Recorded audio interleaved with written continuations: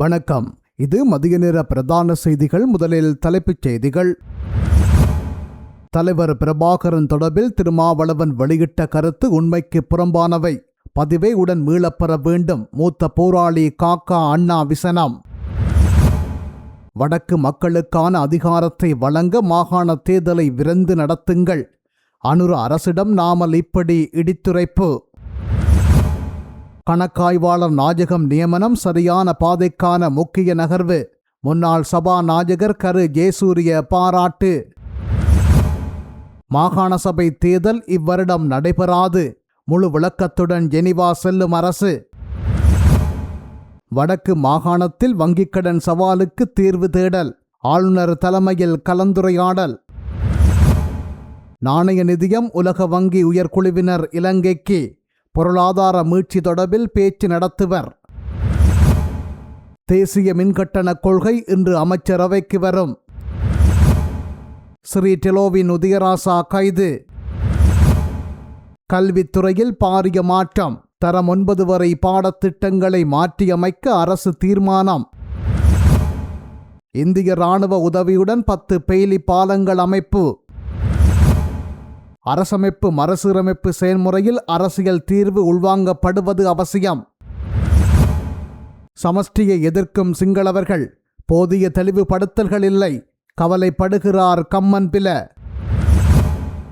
வேட்பாளரை இலக்கு வைத்து களுத்துறையில் துப்பாக்கிச் சூடு.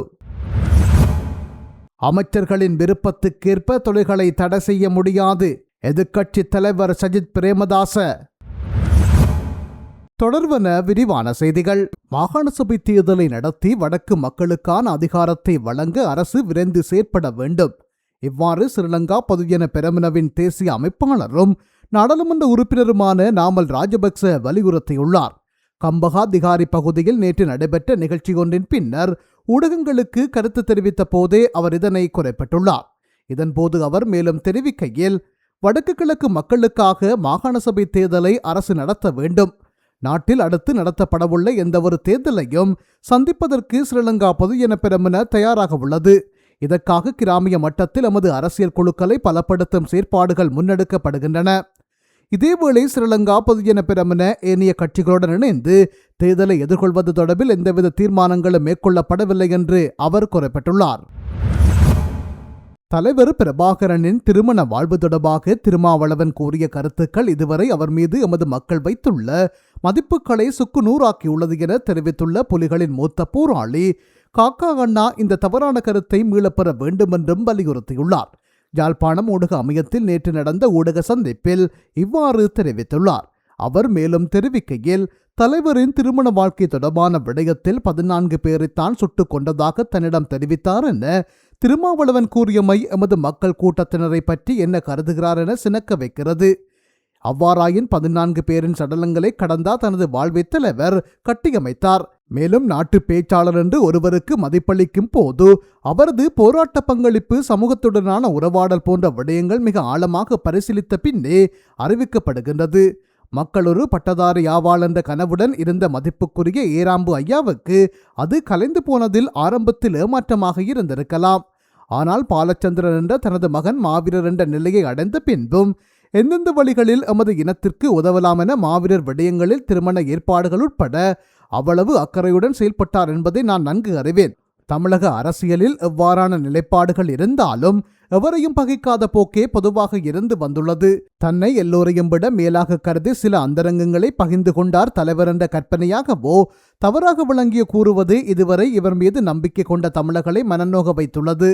அந்த வகையில் இத்தகைய தவறான தமது கருத்துக்களை திருமாவளவன் மீளப்பெற வேண்டும். அதற்காக வருத்தம் தெரிவிக்க வேண்டும் என்பது ஈழத்தமிழ் மக்களின் எதிர்பார்ப்பாகும் என்றும் அவர் தெரிவித்திருந்தமை குறிப்பிடத்தக்கது. ஸ்ரீடெலோ கட்சியின் தலைவர் பி. உதயராசா கைது செய்யப்பட்டு தடுப்பு காவலில் விசாரணைக்கு உட்படுத்தப்பட்டுள்ளார். அதன்படி 7 நாட்கள் தடுப்பு காவலில் அவர் விசாரணைக்கு உட்படுத்தப்பட்டுள்ளதாக போலீஸ் ஊடக பிரிவு தெரிவித்துள்ளது. போதைப்பொருள் கடத்தல் குற்றச்சாட்டில் நீர்கொழும்பு கொச்சிக்கடை பகுதியில் பி. உதயராசா கைது செய்யப்பட்டுள்ளார். பேலியகுடை பகுதியில் கடந்த மாதம் 29ஆம் தேதி 4 கிலோ 423 மில்லிகிராம் கொகையின் போதைப்பொருள் கைப்பற்றப்பட்டது. இந்த போதைப்பொருள் கடத்தல் சம்பவத்துடன் ஸ்ரீடிலோ கட்சியின் தலைவர் பி உதயராசா தொடர்பு பட்டுள்ளார் என்ற சந்தேகத்தின் அடிப்படையிலேயே அவர் கைது செய்யப்பட்டுள்ளார். மேல் மாகாணத்தின் வடக்கு குற்றத்தடுப்பு பிரிவினரால் அவர் கைது செய்யப்பட்டு தடுத்து வைக்கப்பட்டுள்ளதாக போலீஸ் ஊடகப் பிரிவு தெரிவித்துள்ளது. இந்த நிலையில் கொழும்பில் இடம்பெற்றதாக கூறப்படும் பல முக்கிய குற்ற செயல்களுடன் பி உதயராசா தொடர்பு பட்டுள்ளார் என முன்வைக்கப்படும் குற்றச்சாட்டுகள் தொடர்பிலும் விசாரணைகள் முன்னெடுக்கப்பட்டுள்ளன. மின்சார சபை மறுசீரமைப்பு திட்டத்தின் கீழ் தேசிய மின்சக்தி கொள்கை மற்றும் தேசிய மின்கட்டண கொள்கை தொடர்பான அமைச்சரவை பத்திரத்தை விடயத்துக்கு பொறுப்பான அமைச்சர் என்று அமைச்சரவையில் சமர்ப்பிக்க உள்ளதாக தகவல்கள் தெரிவிக்கின்றன. இலங்கை மின்சார சபையை மறுசீரமைக்கும் திட்டம் 5 கட்டங்களின் கீழ் முன்னெடுக்கப்பட்டு வருவதுடன் அதில் 4 கட்டங்கள் தற்போது வெற்றிகரமாக நிறைவு செய்யப்பட்டுள்ளன. இதற்கமைய அடிப்படை கைமாற்றல் திட்டம், வருடாந்த மின் கொள்முதல் திட்டம், நீண்டகால மின் உற்பத்தி திட்டம் மற்றும் நீண்டகால மின் பரிமாற்ற அபிவிருத்தி திட்டம் ஆகிய கட்டங்கள் இவ்வாறு நிறைவு செய்யப்பட்டுள்ளதாக மின்சார சபை மறுசீரமைப்பு செயலணியின் தலைவர் புபுது நிரோஜன் தெரிவித்துள்ளார். எவ்வாறாயினும் இதன் இறுதிக்கட்டமான தேசிய மின்சக்தி கொள்கை மற்றும் தேசிய மின்கட்டண கொள்கையை தயாரிக்கும் பணிகள் இடம்பெற்று வந்த நிலையில் அது இன்று அமைச்சரவையில் சமர்ப்பிக்கப்பட்டுள்ளதாக தெரிவிக்கப்படுகின்றது. விடயத்துக்கு பொறுப்பான அமைச்சரினால் நாளை அமைச்சரவையில் சமர்ப்பிக்கப்படவுள்ள இந்த அமைச்சரவை பத்திரம் அங்கீகரிக்கப்பட்ட பின்னர் மின்சார சபையை தொடர்ந்து முன்னெடுத்து செல்வது தொடர்பான வர்த்தமானி அறிவித்தலை அமைச்சர் வெளியிடவுள்ளார். குறித்த வர்த்தமானி அறிவித்தல் வெளியிடப்பட்டதன் பின்னர் 1969 ஆண்டின் 17ஆம் இலக்க மின்சார சட்டம் ரத்து செய்யப்படும் எனவும் தெரிவிக்கப்படுகின்றது. சர்வதேச நிதியங்களின் உயர்மட்ட குழுவினர் அடுத்தடுத்து இலங்கைக்கு பயணம் மேற்கொள்ளவுள்ளனர். சர்வதேச நாணய நிதியத்தின் முகாமைத்துவ பணிப்பாளர் கிறிஸ்டலினோ ஜோர்ஜிவா எதிர்வரும் 17ஆம் திகதி இலங்கைக்கு வருகின்றார். அவர் 18ஆம் திகதி ஜனாதிபதி அனுரகுமார திசாநாயக்கவை சந்திப்பார் என தெரிவிக்கப்படுகின்றது. இந்த விஜயத்தின் போது விரிவாக்கப்பட்ட நிதி வசதியின் 5 மற்றும் 6வது மதிப்பாய்வுகள் மேற்கொள்ளப்படும் என்று தெரிவிக்கப்பட்டுள்ளது. அத்துடன் உலக வங்கி பிரதிநிதிகள் அடுத்த மாதம் இலங்கை வர உள்ளனர். 2022 தொடக்கம் 23 பொருளாதார நெருக்கடியினால் இடைநிறுத்தப்பட்ட நெடுஞ்சாலைகள், கல்வி மற்றும் உட்கட்டமைப்பு தொடர்பான திட்டங்களை மீண்டும் தொடங்கும் வகையில் இந்த விஜயம் அமைகின்றது. குறித்த திட்டங்களை அடுத்த 5 ஆண்டுகளுக்குள் முழுமையாக நிறைவு செய்ய இலக்கு நிர்ணயிக்கப்பட்டுள்ளது. உலக வங்கியின் நிறைவேற்று பணிப்பாளர் பரமேஸ்வரன் ஐயர் மற்றும் இலங்கைக்கான பணிப்பாளர் டேவிஸ் இஸ்லோன் ஆகியோர் ஏற்கனவே திரசேரி செயலாளர் கசன சூரிய பெருமவுடன் இதுகுறித்து ஆலோசித்துள்ளனர். தேசிய கணக்காய்வாளர் திணைக்களத்துக்குள் இருந்த கணக்காய்வாளர் நாயகம் ஒருவர் நியமிக்கப்பட்டிருப்பதானது சரியான பாதையில் பயணிப்பதை முன்னிறுத்தி அரசமைப்பு பேரவையினால் மேற்கொள்ளப்பட்ட மிக முக்கிய நகர்வாகும் என சமூக நீதிக்கான தேசிய இயக்கத்தின் தலைவர் ஜெயசூரிய சுட்டிக்காட்டியுள்ளார்.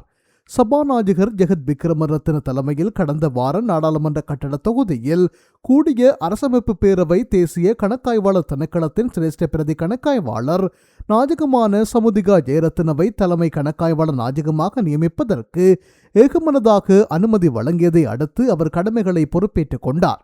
இந்த நிலையில் இந்த நியமனம் குறித்து அரசமைப்பு பேரவையின் உறுப்பினர்களாக சிவில் சமூகத்தின் சார்பில் புதிதாக 3 நியமிக்கப்பட்டிருப்பதும் சமூக நீதிக்கான தேசிய இயக்கத்தின் தலைவரும் முன்னாள் சபாநாயகருமான ஜெயசூரிய அவரது உத்தியோகபூர்வ எக்ஸ்தல பக்கத்தில் பதிவொன்றை செய்துள்ளார். அதில் குறிப்பிடப்பட்டுள்ளதாவது: மிக காத்திரமான தற்போதைய சூழ்நிலையில் அரசமைப்பு பேரவையின் புதிய உறுப்பினர்களாக நியமிக்கப்பட்டிருக்கும் சிவில் சமூக பிரதிநிதிகளுக்கு எமது வாழ்த்துக்களை கூறிக்கொள்கின்றோம். அதேவேளை தேசிய கணக்காய்வாளர் திணைக்களத்துக்குள் இருந்து கணக்காய்வாளர் நாயகம் நியமிக்கப்பட்டிருப்பது சரியான பாதையில் பயணிப்பதற்கான முக்கிய நகர்வாகும். அதேவேளை அரசமைப்பின் பிரகாரம் ஸ்தாபிக்கப்பட்ட அரசமைப்பு பேரவையானது சமநிலையான ஆட்சியில் நிர்வாகத்தின் அடிப்படை தூணாகும். அதன்படி வெவ்வேறு அரசுகளின் அச்சுறுத்தல்கள் மற்றும் அழுத்தங்களுக்கு மத்தியிலும் தமது நிலைப்பாடுகள் மற்றும் அரசமைப்பு சார் கோட்பாடுகளில் உறுதியாக நின்று தற்போது பதவிக்கால நிறைவடைந்து செல்லும் 3 சிவில் சமூக உறுப்பினர்களை நாம் பெரிதும் பாராட்டுகிறோம் என்று அந்த அறிக்கையில் குறிப்பிடப்பட்டுள்ளது. இலங்கையில் மாகாண சபை தேர்தல் இவ்வருடம் நடைபெறும் என எதிர்பார்க்கப்பட்ட போதிலும் அதனை அடுத்த வருடத்துக்கு ஒத்திவைக்க தேசிய மக்கள் சக்தி அரசு நடவடிக்கை எடுத்து வருகின்றது. மாகாண சபை தேர்தல் வலிந்து காணாமல் ஆக்கப்பட்டவர்களின் விவகாரம் புதிய பயங்கரவாத எதிர்ப்பு சட்டம் உட்பட தேசிய நல்லிணக்க பொறிமுறையின் பூரண விளக்கத்துடன் வெளிவிவகார அமைச்சர் விஜித கேரத் தலைமையிலான சிறப்பு ராஜதந்திரிகள் குழு ஜெனீவா கூட்டத்தொடரில் கலந்து கொள்ள உள்ளது.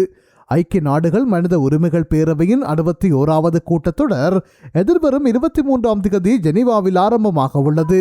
அதில் கலந்து கொள்வதற்காக வெளிவிவகார அமைச்சர் விஜித கேரத் தலைமையிலான இலங்கையின் உயர்மட்ட ராஜதந்திரிகள் குழு செல்ல உள்ளது. இதன்போது இலங்கையின் பொறுப்புக்கூறல் மற்றும் தேசிய நல்லிணக்க பொறிமுறைகள் குறித்து முழுமையான அறிக்கை சமர்ப்பிக்கப்பட உள்ளது. அத்துடன் புதிய பயங்கரவாத எதிர்ப்பு சட்டத்தை ஜெனீவா செல்வதற்கு முன்னர் நிறைவேற்ற அரசு திட்டமிட்டுள்ளது. மறுபுறம் தேசிய மற்றும் சர்வதேச சமூகத்தினால் வலியுறுத்தப்படும் மாகாண சபை தேர்தல் குறித்து அரசின் செயற்பாடுகள் உற்சாகமாக இல்லை. பெரும்பாலும் இந்த தேர்தலை அடுத்த வருடத்துக்கு ஒத்திவைக்கவே அரசு ஆர்வம் காட்டி வருகின்றது. தேர்தல் முறைமை மற்றும் புலம்பெயர் இளைஞர்களுக்கு வாக்களிக்கும் உரிமை போன்ற காரணிகளின் அடிப்படையில் மாகாண சபை தேர்தலை அடுத்த வருடத்துக்கு ஒத்திவைக்க அரசு திட்டமிட்டுள்ளது. அத்துடன் நீண்ட காலமாக தாமதமாகி வரும் மாகாண சபை தேர்தல் தொடர்பாக வழிகாட்டுதல் கோரி தேர்தல்கள் ஆணைக்குழு ஜனாதிபதி செயலகத்துக்கும் பல கடிதங்களை அனுப்பியுள்ளது என்றும், ஆனால் இதுவரை ஜனாதிபதி செயலகத்தில் இருந்து எந்த பதிலும் கிடைக்கவில்லை என்றும் ஆணைக்குழுவின் தலைவர் RMAL ரத்நாயக்க தெரிவித்துள்ளார். மாகாண சபை தேர்தலை நடத்துவதற்கான சட்ட ரீதியான தடைகள் குறித்து விளக்கம் கோரி ஜனாதிபதி செயலகத்துக்கு சுமார் 4 கடிதங்களை அனுப்பியுள்ளதாகவும் அவர் மேலும் குறிப்பிட்டுள்ளார். எனவே மாகாண சபை தேர்தலை நடத்துவது தொடர்பாக தேர்தல் ஆணைக்குழுவினால் எதுவும் செய்ய முடியாது என்பதுடன் தேர்தல் குறித்த முடிவு தற்போது சட்ட திருத்தங்களை சார்ந்துள்ளது. இந்த விவகாரம் குறித்து ஆராய்ந்து அறிக்கை அளிக்க நாடாளுமன்ற தெரிவுக்குழுவை நியமிக்க அரசு நடவடிக்கை எடுத்திருந்தாலும் அதற்கு அரச பிரதிநிதிகளை நியமிக்க இன்னும் நடவடிக்கைகள் எடுக்கப்படவில்லை. எதிர்க்கட்சி தனது 4 பிரதிநிதிகளாக ரஞ்சித் மத்தும பண்டார, மனோகநேசன், நிசாம் காரியப்பர் மற்றும் சாணக்கியன் ராசமாணிக்கம் ஆகியோரை நியமித்துள்ளது. இருப்பினும் அரசு இதுவரை தனது 12 பிரதிநிதிகளை பரிந்துரைக்க தவறியதனால் தெரிவுக்குழு கூட முடியவில்லை. இவ்வாறானதொரு சூழ்நிலையிலேயே மாகாண சபை தேர்தல் குறித்து ஜெனீவாவில் அரசு தெளிவுபடுத்த உள்ளது. வடக்கு மாகாணத்தில் உள்ள சிறிய மற்றும் நடுத்தர தொழில் முயற்சியாளர்கள் மற்றும் புதிய தொழில் முயற்சியாளர்கள் வங்கிக் கடன்களை பெற்றுக்கொள்வதில் எதிர்கொள்ளும் சவால்கள் மற்றும் அதற்கான தீர்வுகள் குறித்த விசேட கலந்துரையாடல் வடக்கு மாகாண ஆளுநர் நாகலிங்கம் வேதநாயகனின் தலைமையில் ஆளுநர் செயலகத்தில் நடைபெற்றது. அரசு உற்பத்தி பொருளாதாரத்தை ஊக்குவிக்கும் நோக்கில் பல்வேறு கடன் திட்டங்களை அறிமுகப்படுத்தி வருகின்ற போதிலும் அந்த தகவல்கள் உரிய காலத்தில் தொழில் முயற்சியாளர்களை சென்றடைவதில்லை என்ற விடயம் இதன்போது சுட்டிக்காட்டப்பட்டுள்ளது. ஏனைய மாகாணங்களுடன் ஒப்பிடுகையில் அதிக தேவைப்பாடுகள் வடக்கு மாகாணத்திலேயே இத்தகைய கடன்களை பெறுபவர்களின் எண்ணிக்கை குறைவாக காணப்படுகின்றமை குறித்தும் அதற்கான காரணங்கள் குறித்தும் இதன்போது விரிவாக ஆராயப்பட்டது. வங்கிகளின் கிளை முகாமையாளர்கள் சில கடன் திட்டங்களுக்கு மேலதிக நிபந்தனைகளை விதிப்பதாக குற்றச்சாட்டுகள் முன்வைக்கப்பட்டுள்ளன. அதேவேளை வடக்கில் பல தொழில் முயற்சியாளர்கள் முறையான வியாபார பெயர் பதிவை மேற்கொள்ளாமை மற்றும் வங்கிகளின் அடிப்படை நிபந்தனைகளை பூர்த்தி செய்ய தவறுவதாலேயே கடன்களை பெற்றுக்கொள்ளும் வாய்ப்பை இழப்பதாக வங்கி முகாமையாளர்கள் தரப்பில் சுட்டிக்காட்டப்பட்டுள்ளது. இந்த சவால்களை முறியடிக்கும் வகையில் தொழில் முயற்சியாளர்களுக்கு கடன் பெறுவதற்கான ஆலோசனைகளை வழங்குவதற்கும் வங்கிகளின் நிபந்தனைகள் குறித்தும் தெளிவுபடுத்துவதற்கும் புதிய பொறிமுறை ஒன்றை உருவாக்க தீர்மானிக்கப்பட்டது. இதற்கமைய இலங்கை மத்திய வங்கியின் வடபிராந்திய அலுவலகத்தில் ஒவ்வொரு மாதமும் ஒரு வங்கியின் பங்களிப்புடன் தொழில் முயற்சியாளர்களுக்கான விழிப்புணர்வு மற்றும் வழிகாட்டல் கருத்தரங்குகளை தொடர்ச்சியாக நடத்துவதற்கு இணக்கப்பாடு எட்டப்பட்டுள்ளது.